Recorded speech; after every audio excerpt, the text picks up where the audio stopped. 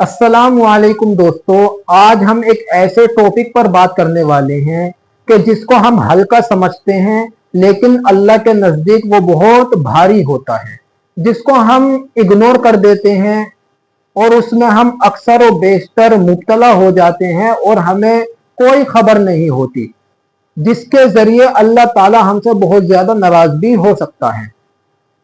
तो कुछ मसाइल हैं और कुछ नसीहतें भी हैं।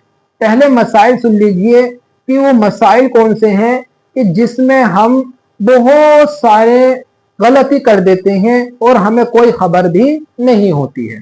तो मैं इस पर वो मसाइल लिख रहा हूँ, पहले आप इस पर देखिए कि वो मसाइल कौन से हैं। नंबर 1 पर आता है कि जिसमें बहुत सारे मुसलमान मुब्तला हैं, वो कौन सा है? वो है ट्रेन का। ट्रेन का जो मसला है कि आपको ट्रेन से आपने टिकट नहीं लिया और आपने ट्रेन में सफर कर लिया, तो अब ये आपके लिए जायज होगा या नहीं होगा?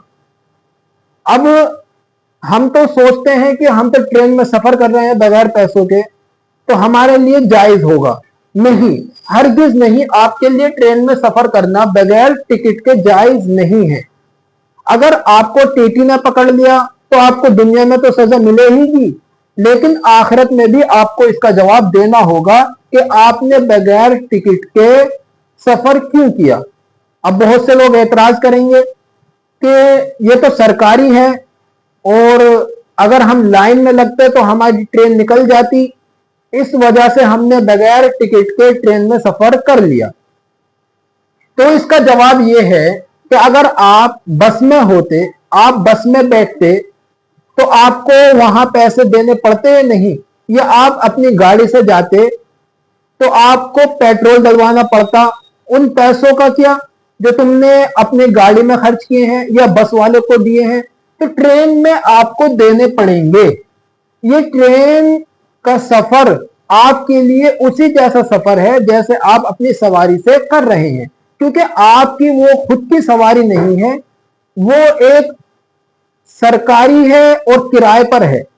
अगर आप किसी चीज को किराए पर ले रहे हैं और किराएदार उसका मुतालबा कर रहा है कि मुझे इतनी कीमत चाहिए, अगर तुम मेरी चीज को यूज करोगे तो आपको वो कीमत देनी होगी, फर्ज है। अगर आप वो कीमत नहीं दोगे तो याद रखो आपको अल्लाह के यहां इसका जवाब देना होगा, आप उसका हक मारने वाले होंगे, आप हुकूकुल इबाद में शामिल हो जाएंगे, जिसके बारे में अल्लाह ने फरमाया है कि मैं अपने जो मेरे अहकाम जो तुमने छोड़े हैं मैं उनको माफ कर सकता हूं, लेकिन जो तुम्हारे बंदों के आपस में हुकूक हैं वो मैं माफ नहीं करूंगा, वो तुम्हारी नेकियों से तोले जाएंगे। अगर तुम्हारा किसी पर हक है या किसी का तुम्हारे ऊपर हक है और कयामत के दिन अल्लाह के यहां पूछताछ होने लगी, तो याद रखना आपको उसका हक लौटाना होगा, और वहां हक लौटाने के लिए कोई पैसा नहीं होगा, कुछ नहीं होगा, सिर्फ आमाल होंगे। तो आपकी नेकियां उसको दे दी जाएगी जिसका आपके ऊपर कर्जा है।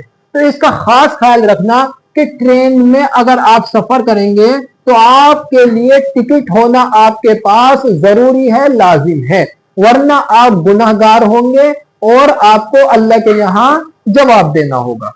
दूसरा मसला है रिश्वत का। रिश्वत आप जानते ही हैं कि रिश्वत बिल्कुल हराम है, और लेकिन कुछ जगहें ऐसी हैं कि जिस जगह पर इंसान ये सोचता है कि यहां रिश्वत देना जायज है, जैसे कि पुलिस वाले को इंसान क्या समझता है कि यहां रिश्वत देना जायज है। क्यों? क्योंकि अगर हमने इसको रिश्वत नहीं दी तो इसमें हमारा नुकसान है और वो हमारा चालान काट देगा।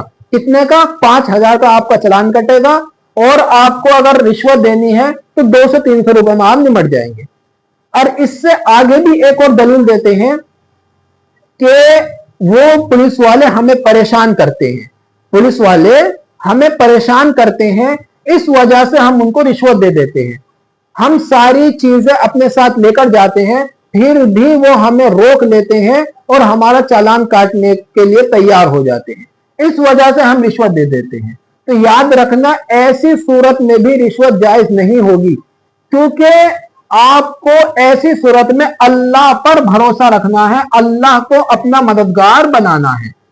ان کو پولیس والوں کو رشوت دے کر مددگار نہیں بنانا. اگر آپ اللہ پر بھروسہ رکھو گے تو وہ کہیں نہ کہیں سے آپ کا انتظام کر دے گا, ورنہ تو آپ کو آخرت پر بھروسہ ہوگا تو آپ اپنا چلان کٹوا کر آخرت کے دن اس سے اپنا حق وصول کریں گے جو اس نے آپ کا ناحق چلان کاٹا ہے.